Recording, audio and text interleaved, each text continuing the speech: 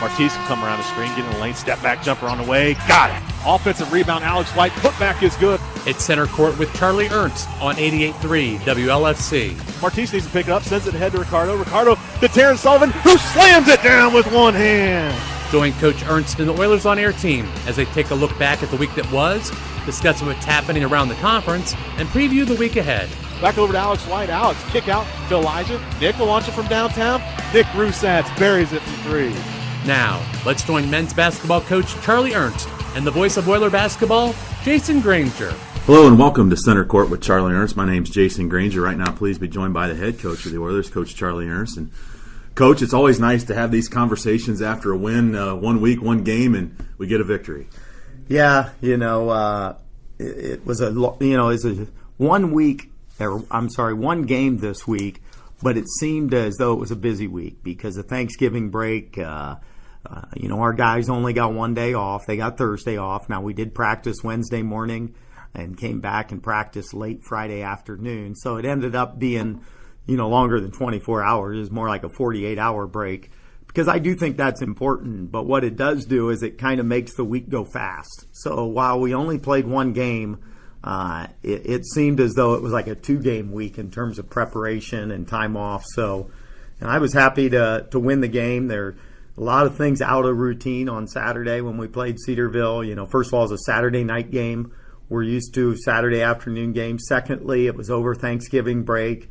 And thirdly, it was obviously the same day as the Ohio State-Michigan game. So, and our players are fans too, and they watch that game. So, there's a lot of things that made us a little uneasy about that game, so it feels good. And then on top of that, Cedarville's a quality team, so it was a good win for us. The 93rd meeting between Findlay and Cedarville, and it was good to get the win. But it was really a tale of two halves. And let's talk about that first half because you got off to a 14-point lead in that half, and then it almost seemed like to me you just backed off a little bit. Maybe it was a second rotation, but had a lot of turnovers in that first half. But maybe give a lot of credit to Cedarville as well, as they took the lead at the half. Yeah, they're, like I said, they're a quality team, and I think what's interesting about our turnovers is that we had prepared for their press. We knew it was coming. They've pressed every team they've played, and they've pressed 80% of all possessions on the season coming into our game. So we had prepared our guys for that. We actually handled the pressure well. The problem and where most of our turnovers came was after we beat the press, making decisions at the end of the press or within our quarter court offense. And that's a little bit more of a concern, so something we have to clean up. And I think what happened was our guys were ready to go. And I thought we came out with a lot of energy. Had we not had some of those early unforced turnovers, maybe we're up 20 instead of 12. And then maybe that our energy never is affected. Unfortunately, especially early in the year, it's one of the things that as coaches you always coach against, and that is energy shouldn't be determined on the defensive end based on what happens on offense. And we've had some spells of that this year. And that's really the one thing I touched on at halftime with our team was we can't allow problems on offense to affect not only our intensity on defense, but our assignment. We knew who their shooters were, but when we had some struggles on offense, we kind of went brain dead on the scouting report, and it cost us. They had a couple kids knock down some threes, a couple other guys get to the bucket, and we knew that's exactly what both of those types of players do, but we didn't defend it very well. Well, Coach, a good example of what you're talking about was Joey Moreland. He's 4 of 5 in the first half, all from downtown, has 12 points, and that's what he ended with. You guys took care of business in the second half. But the thing I liked, you're down, gave up 42 points in that first half, which is certainly uncharacteristic, down by 3. But I thought you came out in the second half, guys were focused, tuned in, and came out with the intensity that you need to get it done. Well, there's always different approaches you can take as a coach at halftime, and I'll be the first to admit there have been times when a tongue lashing is what I felt like our team needed. I spoke with a stern voice, but I didn't give the guys a tongue lashing. There's probably people that feel like I probably did, but I didn't. I reminded our guys how you're successful in college basketball and what we need to do in the second half, and it was more about, I don't feel like it was totally on effort. I mean, I think if you think that, then you don't have enough respect for Cedarville, because that's a good team we played. And I didn't expect to run those guys out of the gym. I knew this would be a tough game.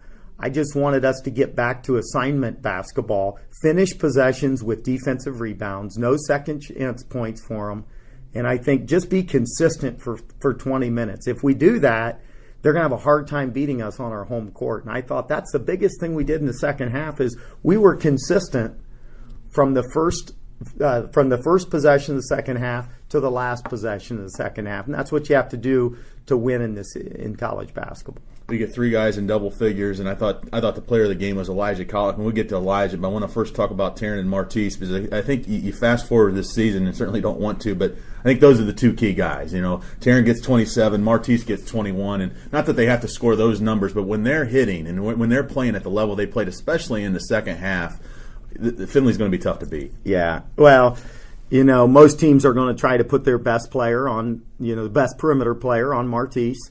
And then they're going to try to find the right matchup for Taryn. And it'll be interesting all year long to see what that matchup will be. It's a little tougher to take a 4-man away than it is a 2. It's just the way offense works. It's the way college basketball works.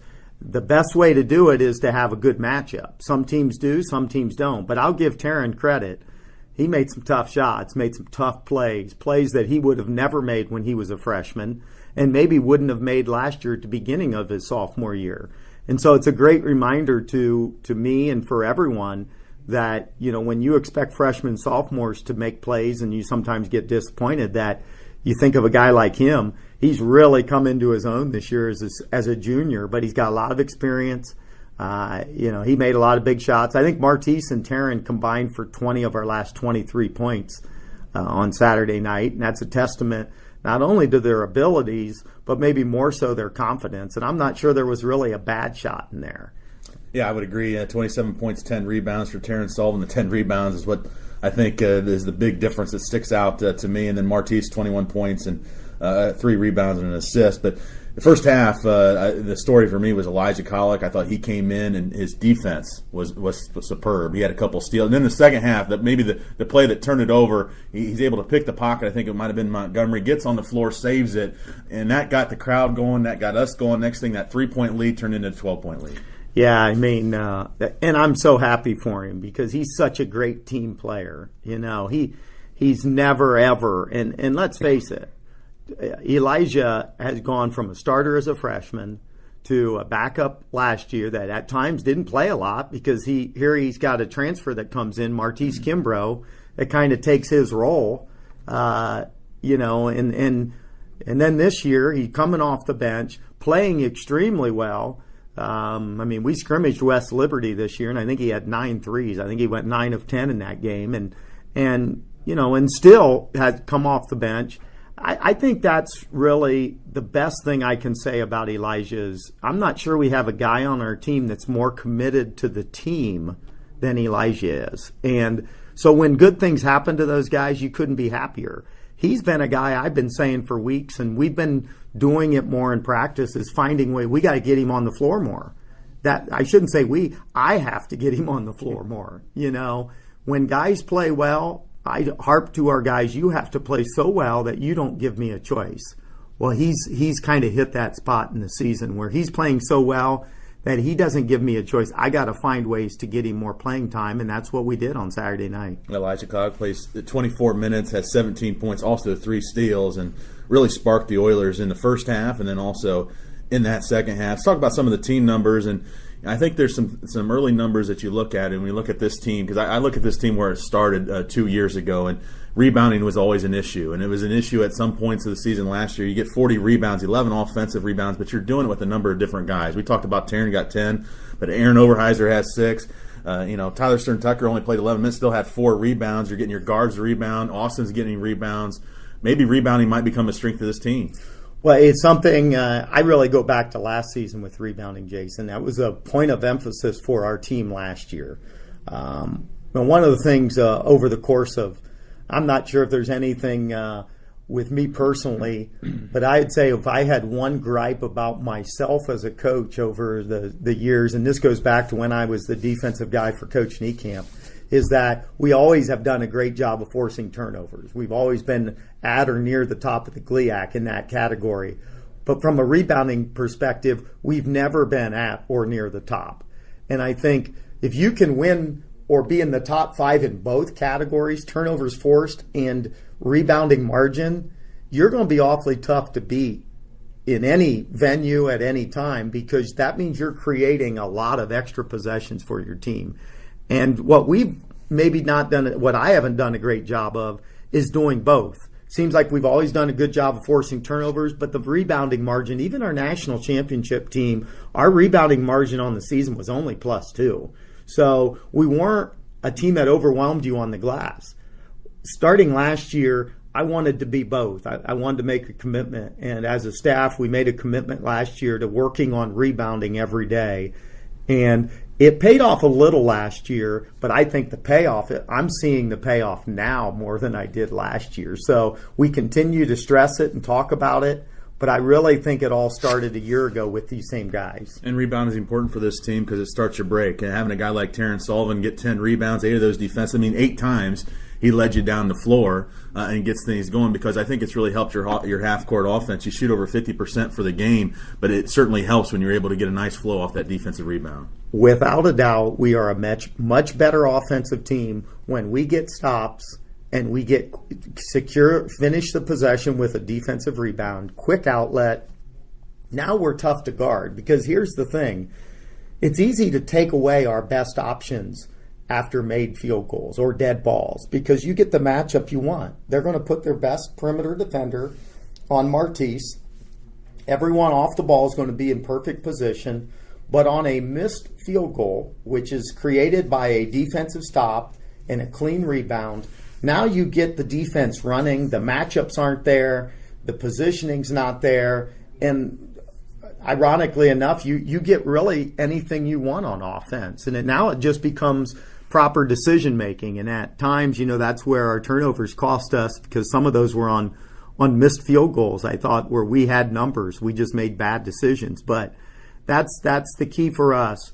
The key for us on offense is getting stops on defense, and that includes rebounding. I think another key for this season as we look long-term is your bench play. Of course, you get 28 points off the bench. Now, 17 of those were Elijah, but I thought Cat played well. He had 5 points in 13 minutes. Aaron Oberheiser, I think, is starting to do some things. Just a freshman, but the number I never look at his points. He had 4 of them there, but I look at his rebounds, his hustle plays. I thought he was hustling out there. And when those two guys come off the bench, I think we got a nice option there. Well, Aaron's never a guy you're going to question his hustle. He just is because he does it every day. He hustles in between classes. There are just some guys that are just wired that way. And he's a highly disciplined kid off the court, and he's a kid on the court that for the next 3 years, I don't think one time you're ever going to hear me talk about his hustle. We got to clean up other parts of his game, but he's a great guy to bring off the bench. When I was a player, and I tell our guys this, I'll never forget, Coach Niekamp used to always talk and harp about when we go to the bench, I'm not concerned about who's making shots. I'm concerned about 2 things. Great effort and hustle. Our intensity level should rise when we go to the bench. And secondly, defensive presence. And any points you get from your bench is a bonus. So we're not quite there yet, but he's a guy I know when you go to the bench with Aaron Oberheiser, you're going to get great hustle and great energy. And that's always a great role for freshmen like him to be in. And no doubt about it, Oilers get a nice win at home, 86-76. And now we turn our focus to GLIAC play Thursday, December 1st. Oilers will be up at Allendale to take on Grand Valley State. Game time set around 8 o'clock, pregame at 7:45. And when we come back on center court, we'll talk about that big matchup when we return on 88.3 WLFC. This is Louisa. Recently she got help going online. Okay, so hit that green button. This is her first video chat. Oh, Louisa? Oh my gosh, there she is. And the first time she's seen her niece in 5 years. It's so good to see you. See what the internet can help you do at everyoneon.org or call 1-855-387-9166 to find a free training class near you. Oh, I've missed you. Brought to you by Connect to Compete and the Ad Council. Check out my new time machine. Does it work? Hit the button. Hey, it's Napoleon. Oui. Check out the future. Hey, you have a nice house. Why don't I? You didn't save any money, buddy. If only there was a way I could go back in time and fix that. Yeah. Save something for the future. Put away a few bucks, feel like $1 million. For free ways to save, go to feedthepig.org. That's feedthepig.org. This message brought to you by the American Institute of Certified Public Accountants and the Ad Council. Only 0.5% of all high school student athletes play basketball in college. But all 100% of them become adults. That's why playing basketball in their high school team is so important. High school athletes learn life lessons that help them grow up. Lessons that can't be taught in the classroom and often aren't taught at home. This message presented by the Ohio High School Athletic Association and the Ohio Interscholastic Athletic Administrators Association. Hey, Nick Cannon here. So we all know we've got a lot of talent in America. But unfortunately, there's something else we've got way too much of. Childhood hunger. 17 million kids struggle with it in this country. That's why the Feeding America nationwide network of food banks gather surplus food to give hope to hungry kids and their families. Join me in supporting Feeding America and your local food bank at feedingamerica.org. A message from Feeding America and the Ad Council. Welcome back to Center Court. Please be joined by the head coach of Oilers, Coach Charlie Ernst, for our second segment here. And Coach, GLIAC play starts up, and not an easy start to the schedule. One, because it's North play. Two, because you're on the road. You got to go to Grand Valley State on Thursday, and Ferris State now on Sunday. We'll get to more of that here later. But Grand Valley State, always a tough team, always a physical team, and certainly very good at home. Yeah, we got a big win last year when we went there. It was really what kind of kicked off our 12-game winning streak. And, it's always a tough place to play. Not just because it's a road game, but because they have good teams and they're well coached. And, and this year will be no different. They've got a lot of familiar faces back. They've struggled a little bit. I'm sure that they'd like to have a few more wins, but, most teams are in that boat, still kind of feeling themselves out, trying to figure out, who to play, how much to play those guys, what style to play. I think we're all in that boat. And I think they're probably a great example of that, but they've got a lot of guys back that played a lot of minutes last year, and I'm sure that they're talking about the game in which we beat them last year. And so I don't have any doubt they're going to be ready to play. They're a team that takes a lot of pride at Grand Valley, so it's a big GLIAC opener for us. This is a team that's played somewhat of a tough schedule when you look at it. They're 3-0 at home, and their 3 losses have come on the road and against good teams, in-region type teams. And you mentioned it, this is a team with a lot of guys back and certainly going to be a hungry team this year. Yeah, and they've played good teams on the road. So, when I look at them, I look at a team that's got a lot of their big guys back. They got some size inside, and they've got one of the top wings in the conference in Rice Camp. So we're going to have to make sure we have a good matchup for him. Because he's always where it starts. He's a guy that's been in their program for several years. And they're always a good rebounding team. I'm not 100% sure. Well, yeah, they're +8 on the board. So, today will be a day, that we have to fine-tune our game plan, work a couple days. One of the things I know we talked about early in the show, is our ability to rebound. Well, it's going to get tested in this game. They're always physical. And you gotta limit teams on the road to one shot. That's a great way to get the crowd into the game as offensive rebounds. Well, Trevin Alexander averages 11 points per game, but those 10 rebounds is really where it's at. And I think that's what's encouraging, at least I hope it's encouraging for the Oilers, because we're a team rebounding type of team. And it's not just one guy going and get rebounds. And certainly, if you're a center for Findlay, you got to make sure you're boxing him out. But the other guy's got to come in and grab that rebound. Yeah, and you can't have a lot of tip rebounds, and sometimes I feel like that's one thing we have to do a better job of. We got to get 2 hands on the ball and secure the rebound. We got too many 50-50 balls where the ball's getting tipped around. Those a lot of times aren't going to go in the way of the defender. That's just the nature of how it goes. So I feel like as well as we're doing on the boards, we have a lot of growth yet to be had there, and we should be better. We're a little bit bigger across the board this year, and that's going to, hopefully that pays off well, because that's going to be a key stat in both of these games this week. The thing that I'm always reminded whenever we face Grand Valley State, especially at GVSU, is their physicality. And they play a number of different guys. They had the three main guys, Rice Camp that you mentioned, Alexander and Barr. They're going to play a lot of minutes. But then they have other guys that they throw in. And some of these guys might play 2 or 3 minutes, but they're tremendously physical and they can get you off your game. Yeah, I think one thing we did last year, 2 things. Obviously, Martise had a very good game, great shooting game. We had other guys make shots. If I remember right, Nick made 3 threes in that game. We had a few other guys make threes. But I think the other piece of that, if I remember that game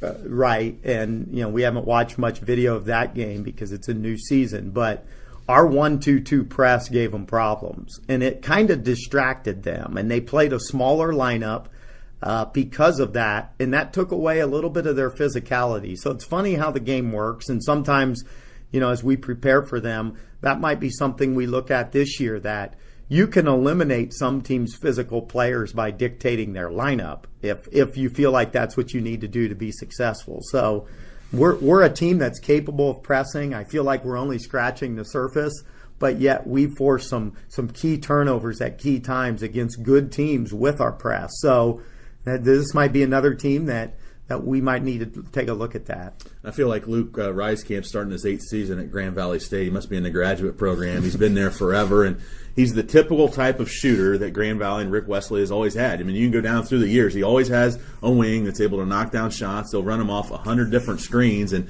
if you're late trailing, he's going to make you pay. If you overplay that and come off, they're good enough passers where they'll get these easy ones underneath. Yeah, and on top of that, probably the thing I like the most about him is he's a dirty work player. He's second on their team in offensive rebounds. He's probably one of their most active defenders. He's all, as you said, he's all kind of like in the mold of Justin Ringler. That was a very good player for them before Rice Camp. So, I've always had that guy that kind of is the guy that maybe carries the team in a lot of ways. Maybe not as a high volume scorer, but does things in every category, and I'd say that's probably the best way to describe Rice Camp. Rice Camp shoots about 40% from downtown. He's made 15 threes here early on in the season. And you look at Grand Valley State defensively, they're the typical type of GLIAC North team. They're going to play, at least for the most part, traditionally, they'll play half-court man-to-man and really deny passing lanes, make things difficult for you. Yeah, and we anticipate we're going to see more of that. I mean, I think we have to continue to work hard as coaches to get our scout team players to give us good looks in practice, and how teams are probably going to defend us. Because now as we go into GLIAC play, we're going to get a piece of teams that know a lot more about us. They know our personnel better. Now we know their personnel better and know their style better, and those things all play together. So, I think teams are going to try to take away our best players. They're going to lock down our wings, and they're going to force us, they're probably going to play off of Austin a little bit, try to contain him, and then try to do what they can with Terran. So as we go down the road, we're going to need other guys to step up, make shots, make plays when the opportunities are there. But I think that's the biggest thing we have to do as we head down into GLIAC play, is figure out what we think teams are going to try to do to us. I anticipate Grand Valley will also probably mix in some zone. They like to do that from time to time. It's a small piece of what they do. As you said, their main thing is going to be just a tight, aggressive man-to-man defense. Well, you mentioned that having someone else step up, and certainly I think Austin would be that guy. He's slowly each year bettered himself on the offensive end. I think we've seen glimpses of that. This is a guy that was an outstanding scorer in high school and just hasn't had to do it here, and this might be the type of game where he's able to get in double figures. Well, and he'll make those open shots. He got a couple against Cedarville. I'm telling you, I have total confidence, and I think his teammates do, because he makes them in practice, and he's made big shots in our program in the last 2 years. So, but the thing you got to love about him is he understands his role. And, while that's easier said than done, sometimes as a coach you feel like you're constantly having to remind players what their roles are. And he's not a guy I ever have to remind. He knows it starts with his ability to take care of his team, manage his team. Secondly, it's what he does on the defensive end of the floor. And then thirdly, get the ball to people, take care of the ball, get the ball to the right people at the right time, and he does and then whatever he gets on the offensive end is a bonus. He knows what's a good shot and what's a bad shot. And so he's playing his position extremely well.